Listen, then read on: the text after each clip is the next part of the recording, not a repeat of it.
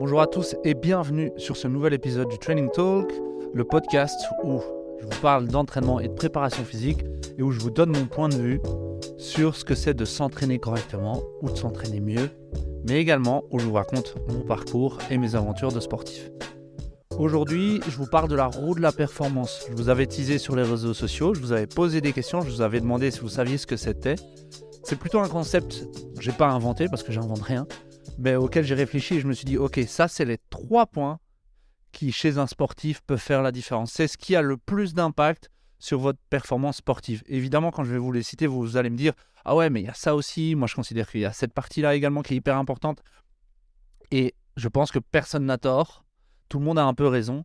Mais ce sera vraiment, si on devait donner ça en pourcentage sur votre performance, donc votre performance fait 100% par exemple, ces 3 points que vous allez mettre en place vont représenter 70 à 80%. Ça veut dire que la gestion de ces 3 axes de travail vont quasiment résoudre tous vos problèmes de contre-performance ou de mauvais résultats. Dans un premier temps, évidemment. Ce que je veux dire par là, c'est que tous les petits trucs que vous allez additionner vont avoir un moindre impact. Il faudra donc se focaliser sur ça, sur ces 3 points, et une fois que c'est fait, le reste pourra encore être amplifié. Je ne sais pas si ça vous semble clair. En tout cas, pour vous les citer, ces 3 points, ils sont simples. Je suis sûr que la majorité d'entre vous en gère au minimum 1, voire 2, mais les 3 en même temps, je ne suis pas certain. Et c'est peut-être même la question qu'il faut se poser à chaque fois qu'on fait une contre-performance, qu'on se sent fatigué, ou qu'il y a quelque chose qui ne va pas dans notre pratique sportive, c'est est-ce que je gère les 3 points? Et si non, ben évidemment, il faut régler ces problèmes-là. Et si oui, voir plus loin dans ma pratique, qu'est-ce qui pose problème. J'appelle ça la roue de la performance, parce qu'une roue, même si elle est mal gonflée, elle continue à avancer. Il y a toujours moyen d'aller vers l'avant. Ce qui représente bien finalement, c'est que, également que ce soit une roue, c'est que c'est un cercle vertueux ou vicieux finalement pour performer. Ce que je veux dire par là, c'est que vous pouvez ne pas gérer les 3 en même temps et vous allez toujours vous améliorer, continuer à vous adapter, à progresser, mais peut-être pas de la meilleure des manières. Ou alors vous allez perdre beaucoup d'énergie dans votre travail. Bon, fini de vous teaser un petit peu, je vous le dis, les 3 points de la performance, ils sont très simples. Le premier, c'est l'entraînement. Et ça, vous allez me dire, bah ouais, évidemment, parce que ça sert à rien de faire les 2 suivants si je ne m'entraîne pas, et tout le monde s'entraîne. Si vous êtes là, c'est sûrement que vous vous entraînez déjà. Ensuite, après l'entraînement, vient, peu importe l'ordre, évidemment, c'est un cercle, vient la nutrition. Ça a été cité sur Instagram. Et finalement, la récupération. Donc déjà là, vous vous dites, ouais, mais moi, je pense que le plus important, c'est la partie mentale, etc., etc. Mais faites le point et réfléchissez réellement. Quelles sont les 3 choses principales à gérer en premier? Selon moi, c'est ces 3 points-là. En tant que sportif amateur, c'est vraiment les 3 points qui vont avoir le plus d'impact sur ma performance. C'est les 3 points que je vais, de la manière la plus simple possible, gérer et avoir un meilleur retour sur investissement. C'est vraiment ça la différence, c'est le retour sur investissement. Par exemple, si on prend la partie nutrition, est-ce que tous les petits compléments que je pourrais acheter en plus pour performer vont être efficaces si je n'ai pas les bases de ma nutrition correcte? Ça va être ça. Donc le premier point, on parle de l'entraînement. Vous le faites tous sûrement, et c'est très très bien. Maintenant, ce qu'il faut se poser comme question, c'est est-ce que je m'entraîne bien? Comment je peux le savoir? C'est difficile la plupart du temps. Il y en a pas mal d'entre vous qui le font, c'est de s'entraîner seul. C'est de faire soi-même ses programmes. La première chose à faire, c'est de se faire entourer pour bien s'entraîner. Ensuite, une fois que c'est fait, est-ce que mon entraînement convient à mon cadre de vie? Est-ce que je m'entraîne assez ou est-ce que je m'entraîne trop? Difficile de répondre. Si je devais vous donner un indice, je pense que s'entraîner 2 fois semaine, c'est le minimum. Donc au-delà de votre pratique sportive, je parle donc en préparation physique. 2 fois, c'est le minimum. 3 fois, c'est l'idéal pour des amateurs. Et c'est ce qui apporte le plus de résultats. 4 fois, c'est vraiment très très bien. Pas besoin de faire plus dans le sens où il y a d'autres choses à faire après. Au lieu de consacrer un 4e, voire un 5e entraînement à votre préparation physique, consacrez-le peut-être d'abord à votre pratique sportive, mais ensuite à l'application des 2 points suivants, à la mise en place de votre nutrition et de votre récupération. Ensuite, par rapport à l'entraînement, est-ce que mon entraînement répond à la demande de mon sport? Est-ce que les choses que je mets en place me rendent meilleur dans ma pratique? Car finalement, la préparation physique, la musculation, ça ne doit pas remplacer la pratique sportive. Ça doit être un moyen de s'améliorer. Donc effectivement, je peux devenir plus puissant, plus fort avec une barre en main ou une barre sur le dos par exemple. Mais est-ce que ça me rend meilleur sur le terrain? À partir de quel moment les heures investies dans ma préparation physique ne sont plus efficaces? Parce que je ne vais pas discuter ici de l'efficacité de s'entraîner, ça a été prouvé et on en parlera dans un podcast bientôt. Comment l'entraînement peut vous rendre meilleur sur le terrain et les preuves qui ont été amenées par la science. Donc les gens qui vous disent la muscu ne sert à rien, non, c'est faux. Ce qui ne sert à rien, c'est de trop s'entraîner en déficit de votre pratique sportive. Ceux qui vous disent moi j'ai toujours fait 100 et j'ai été très très bon, peut-être, et c'est sûrement vrai, mais comment vous auriez pu être meilleur si vous étiez préparé correctement? C'est simple, quand on va courir, c'est pour améliorer son endurance, eh bien on le sent tout de suite, on est meilleur sur le terrain, on arrive à mieux tenir les efforts. C'est la même chose pour la préparation physique en salle de musculation. Réfléchissez un petit peu, posez-vous les bonnes questions. Est-ce que votre entraînement est dirigé vers l'augmentation des facteurs de performance de votre discipline? Oui ou non? La plupart des gens qui s'entraînent seuls, quand je dis ça, c'est fort généralisé, mais il arrive très souvent qu'en salle de musculation, au début, on s'entraîne beaucoup comme un bodybuilder, je vais dire, dans le sens où on essaye d'augmenter notre masse musculaire et notre force maximale. Or, il y a peut-être d'autres choses à faire entre eux. Ensuite, je vous parle de la nutrition, parce que si on s'entraîne, eh bien, il faut bien avoir l'énergie pour s'entraîner. Et donc, c'est là que la nutrition intervient, et on peut la différencier en deux choses, en deux types de nutrition, je vais dire, qui vont être reliés à votre entraînement et à la récupération. On a donc la nutrition de performance, celle qui va vous donner l'énergie nécessaire pour effectuer les tâches que vous avez besoin de faire, donc votre performance sur le terrain lors d'une compétition, mais également les performances lors de votre entraînement. Quel est l'intérêt de s'entraîner en étant en sous-nutrition, donc n'ayant pas assez d'énergie que pour produire des efforts idéaux? Et ensuite, on a la nutrition de récupération, celle qui vous permet d'avoir les apports nutritionnels pour que le corps s'adapte. Et s'adapte correctement et le plus rapidement possible. Car l'entraînement, finalement, c'est juste créer des stimulus pour que le corps s'adapte et s'améliore. Les conseils que je donne en nutrition, vraiment dans un premier temps, pour être sûr de bien la maîtriser, c'est d'atteindre son nombre de calories par jour. Ça doit être votre premier focus. Si vous les atteignez pas, ou si vous êtes trop haut, on a des risques. Donc, on peut se retrouver avec une composition corporelle qui n'est pas idéale pour votre pratique. La plupart du temps, c'est trop de masse grasse. Et le problème de la masse grasse, c'est qu'elle est apportée, c'est de l'énergie non nécessaire. Hormis certains cas, par exemple, dans le rugby, les premières lignes, on a besoin d'avoir du poids et de la protection. Beaucoup plus que les autres postes. Mais sinon, pour la plupart d'entre vous, il y a un lien, une corrélation entre le taux de masse grasse, plus il est bas, donc plus vous serez performant, plus économe, moins lourd et donc peut-être plus rapide. Et on sait que la vitesse est quand même un facteur de performance plutôt intéressant. Ensuite, lorsque vous atteignez vos nombres de calories, ça se fait sur plusieurs semaines, plusieurs mois pour la contrôler. C'est des années d'expérience qui vous permettent de savoir si vous atteignez vos calories. Et si vous êtes en hypocalorie, vous allez perdre du poids. En hypercalorie, on va dire, vous allez prendre du poids, simplement. Et ça, vous pouvez le voir au fur et à mesure des mois. La meilleure des manières, encore une fois, ce domaine de la nutrition, il y a des experts qui sont formés pour ça. Et c'est ces personnes-là que vous devez aller voir pour vous faire accompagner, pour savoir les bonnes choses à mettre en place. Donc ici, c'est des conseils, mais le meilleur des conseils, clairement, c'est d'aller voir un expert de la nutrition sportive dans l'idéal. Lorsque vous avez vos calories, en fonction de votre sport et de votre demande sportive, vous devez commencer à penser à la répartition. Pour ma part, celle que je mets en place, c'est plutôt une répartition 55% de glucides, 25% de protéines et 20% de lipides. Elle pourrait peut-être être modifiée. Mais en tout cas, c'est celle-là que j'utilise. Et comme je fais du rugby et de la musculation, j'ai un besoin d'apport en protéines assez conséquent. Et donc, je mets sur 1,5 g de protéines par poids de corps, par kilo de poids de corps, jusqu'à 2, ça dépend, mais entre les deux.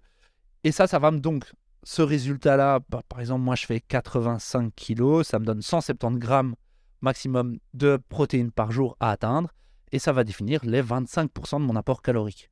Et puis, j'établis le reste par rapport à ça. On connaît l'importance des glucides. Ça va devenir ta première source d'énergie dans le corps via l'ATP et le stock de glycogène. C'est ce qui va te permettre de produire des efforts finalement. Donc, tu dois en avoir assez que pour aller à la salle et être performant. Et sur le terrain également. Avoir assez d'énergie pour pas que ton corps aille puiser cette source d'énergie autre part. Tu dois également avoir assez de protéines. Ça va être la nutrition de récupération pour permettre à ton corps de reconstruire, on va dire très simplement, les dégâts qui ont été créés pendant ta pratique ou pendant ton entraînement.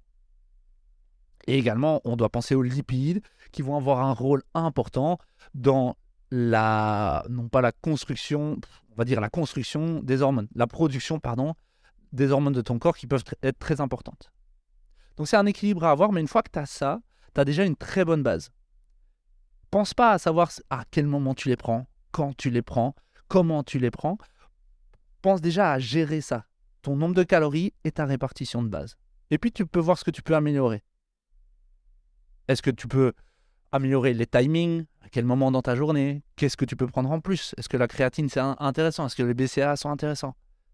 Il y a des choses qui fonctionnent, mais ce qui va le mieux fonctionner, c'est ces deux trucs-là et c'est les deux conseils que je te donne. À chaque fois que je me plante, que je sens que mon poids n'est pas bon, que ma forme physique n'est pas très bonne, que je sens que mon corps change de la mauvaise des manières, je me repose cette question. J'utilise évidemment l'application MyFitnessPal que je vous conseille d'utiliser, qui est très utile, très intuitive et très simple. On ne se rend pas forcément compte du nombre de calories qu'on ingère ou pas. Par exemple, pour ma part, je suis quelqu'un qui doit manger énormément pour ne pas perdre de poids.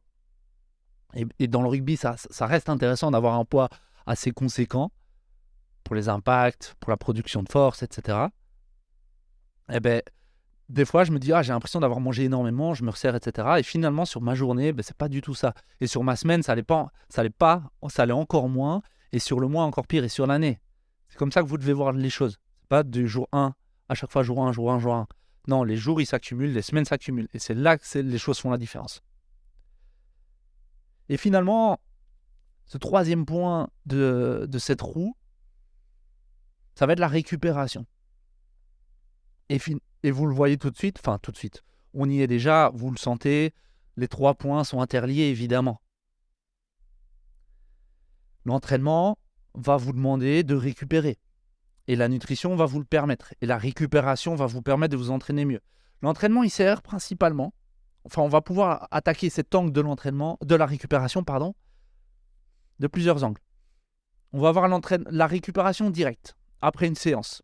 L'idée, c'est de remettre le corps dans un état basal. Lui permettre de retrouver un état neutre qui vous permet une vie normale. Ça veut dire après une séance, comment je passe d'avoir mon cœur qui est monté à 192 pulses à retrouver des fréquences cardiaques normales. Ça va être la récupération. Ça va être la récupération entre les séries. Est-ce qu'elle est suffisante pour vous permettre d'exprimer vos qualités de puissance, de force, etc. directement après une séance? Ça va être la récupération entre les séances. Est-ce que vous récupérez assez entre les séances? On sait très bien que vouloir faire de la force tous les jours avec moins de 24 heures, voire uniquement 24 heures de récupération, c'est pas idéal.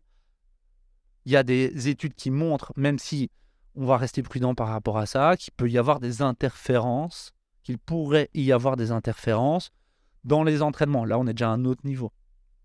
Est-ce que votre planification inclut des phases de récupération, des diminutions de volume ou d'augmentation de volume, permettant la création d'adaptations via les stimulus demandés auparavant. Vous ne pouvez pas vous entraîner toujours à 100% pour développer vos qualités. Le corps a besoin de récupérer. Donc, est-ce que vous avez ces plages? Il y a un modèle qui existe d'entraînement qui est très simple. C'est le 3-1. Ça veut dire que vous faites 3 semaines d'entraînement avec une augmentation de l'intensité, la variation, et une semaine avec une diminution de volume. Certains vont dire que ce n'est pas nécessaire, qu'un entraînement conjugué peut permettre de pallier à ça. Quand vous faites un sport collectif, quand vous faites un sport qui vous demande d'être toute l'année et constamment en performance tous les week-ends, je ne suis pas certain que ça fonctionne. Est-ce que vous récupérez après vos matchs? Est-ce que vous avez des semaines de récupération, des vraies plages de récupération?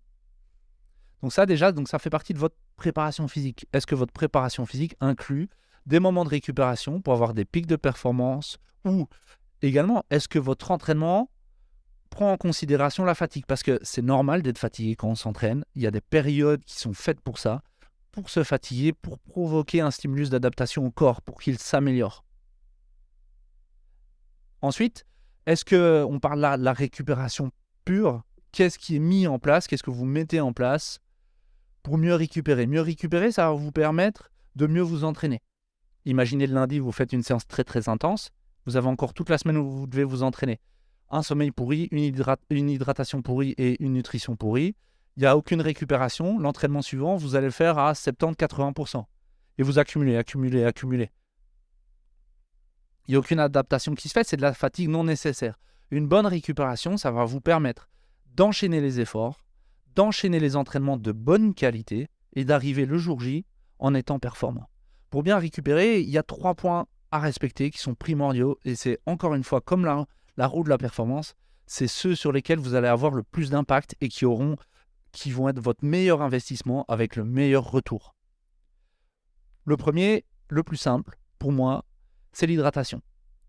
Ça a été prouvé que juste une perte d'hydratation de 2% de la masse corporelle, enfin 2% de perte d'hydratation, ça diminue les performances énormément. On perd jusqu'à 6% en force, etc. On a une diminution du volume sanguin, de la température. Directement, on a des diminutions des performances en endurance. L'hydratation, c'est le point primordial. Vous êtes obligé de boire. Votre corps est constitué entre 60 et 70% d'eau. Les cellules sont constituées d'eau. Votre corps a besoin d'eau pour fonctionner. C'est simple. C'est le meilleur investissement, c'est boire de l'eau constamment. Pour les recommandations difficiles à dire, évidemment, on parle de 1,5 litre minimum. Vous devez ne pas considérer votre hydratation sportive, ça veut dire pendant la pratique, comme l'hydratation normale. Ça veut dire que vous devez rajouter l'hydratation sportive en plus de celle de votre mode de vie. L'hydratation, le point numéro 1. Parce que ça va impacter votre entraînement et votre pratique et votre compétition. Ensuite, la nutrition, on en a déjà parlé. Donc, la roue tourne. À ce moment-là, on est en plein dedans. Avoir une nutrition adéquate. Et finalement, quelque chose qui est tellement important et finalement qui dans notre société pêche. Je pense que j'ai lu une étude qui, je ne sais plus combien d'athlètes sur, je pense que c'était, je vais dire un chiffre, mais ça me paraît très pas fou, j'essaierai de vous les sortir. C'est sur environ 300 athlètes de course à pied, enfin track and field, donc d'athlétisme. Seulement 70 à 80 dormaient correctement. En fait, la meilleure récupération, c'est le sommeil. Le sommeil, honnêtement, c'est du dopage. Le sommeil, c'est l'arme ultime que pour s'entraîner. Les recommandations sont simples. Elles doivent être adaptées à tout le monde, évidemment, mais dormir 8 heures par nuit, c'est l'idéal. Pourtant, la majorité des gens, ils ne dorment pas 8 heures. Moi, je ne dors pas 8 heures, j'ai des gros problèmes de sommeil. Et par exemple, lorsque j'ai des coups de fatigue, je sais très très bien que c'est le point numéro 1 que je dois améliorer. C'est vraiment là-dessus que je dois le faire. Honnêtement, si le sommeil pouvait être mis en pilule, on se doperait et on en prendrait. Tout le monde en prendrait. Le corps demande le sommeil. Il vous le dit clairement. Pourtant, c'est ce que tout le monde manque. Si vous avez une contre-performance, regardez votre semaine en arrière et posez-vous la question, est-ce que j'ai bien dormi? Alors oui, c'est possible de performer en étant fatigué, mais sur le long terme, c'est ce qui aura le plus d'impact sur votre performance, c'est le sommeil. Si je regarde bien, il y avait une étude qui en parlait encore une fois, c'était vraiment une nuit de sommeil manquée. Je ne sais même plus, c'était des pourcentages de malades, de diminution des résultats, quoi. On avait une diminution de la force, une diminution de la réactivité, une diminution de la puissance, une diminution de l'endurance, avec seulement une nuit de sommeil. Mais alors imaginez le nombre d'heures de sommeil que vous manquez lorsque vous dormez 5 heures, 6 heures, ou vous dormez juste 6h30 en ayant passé votre temps à regarder votre téléphone juste avant de vous endormir. Voilà, donc je pense qu'on a fait le tour avec cette cette roue de la performance, j'ai envie de faire ça, de faire un podcast pour chaque point ici.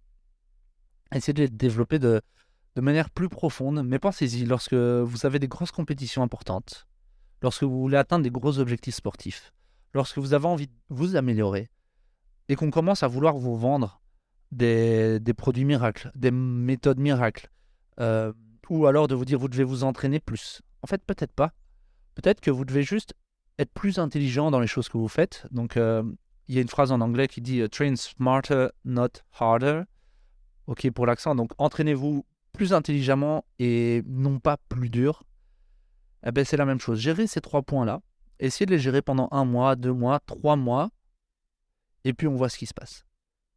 Personnellement, je pense que c'est ce qui fonctionne dans un premier temps. Et c'est ce qui va vraiment vous rendre la vie plus simple. Alors je sais, on va me dire oui, mais c'est pas possible de dormir autant. Chacun a son contexte de vie, évidemment. Chacun a une vie plus stressante que d'autres, avec d'autres facilités. Mais essayez de voir si ça fonctionne. Si tu es d'accord, si tu trouves que ces 3 points, finalement, après tout ce que je t'ai présenté, sont les plus importants, je t'invite à partager ce podcast. Car de 1, il faut répandre la bonne parole. Mais ensuite, parce que c'est un énorme soutien à chaque fois que vous partagez, parce que vous êtes de plus en plus nombreux à m'écouter, à écouter ce que j'ai à dire, ce que j'ai à raconter par rapport au sport et à la préparation physique. Et j'ai vraiment envie de continuer à développer le podcast. Donc chaque écoute, chaque partage, chaque like, chaque commentaire, c'est une aide en plus, même si vous pouvez penser que ça l'est pas. Donc si la roue de la performance te semble logique, partage-moi ce podcast un maximum. Il y a sûrement quelqu'un dans ton entourage qui a besoin d'entendre ces 20 minutes de discussion. Et bien évidemment, c'est que les 3 premiers points de la performance. Il y en a plein d'autres à rajouter et on va essayer de les explorer. Je vous remercie pour votre écoute. Suivez-nous sur les réseaux sociaux. On est sur Instagram, on est sur Facebook. Laissez 5 étoiles à ce podcast et abonnez-vous pour avoir toujours les mêmes infos. Mais la plupart du temps, on sert le podcast le mardi à 15h. Je vous souhaite une bonne semaine d'entraînement. Si vous avez des questions, envoyez-moi sur Instagram. C'est Gaspard Lally et c'était le Training Talk.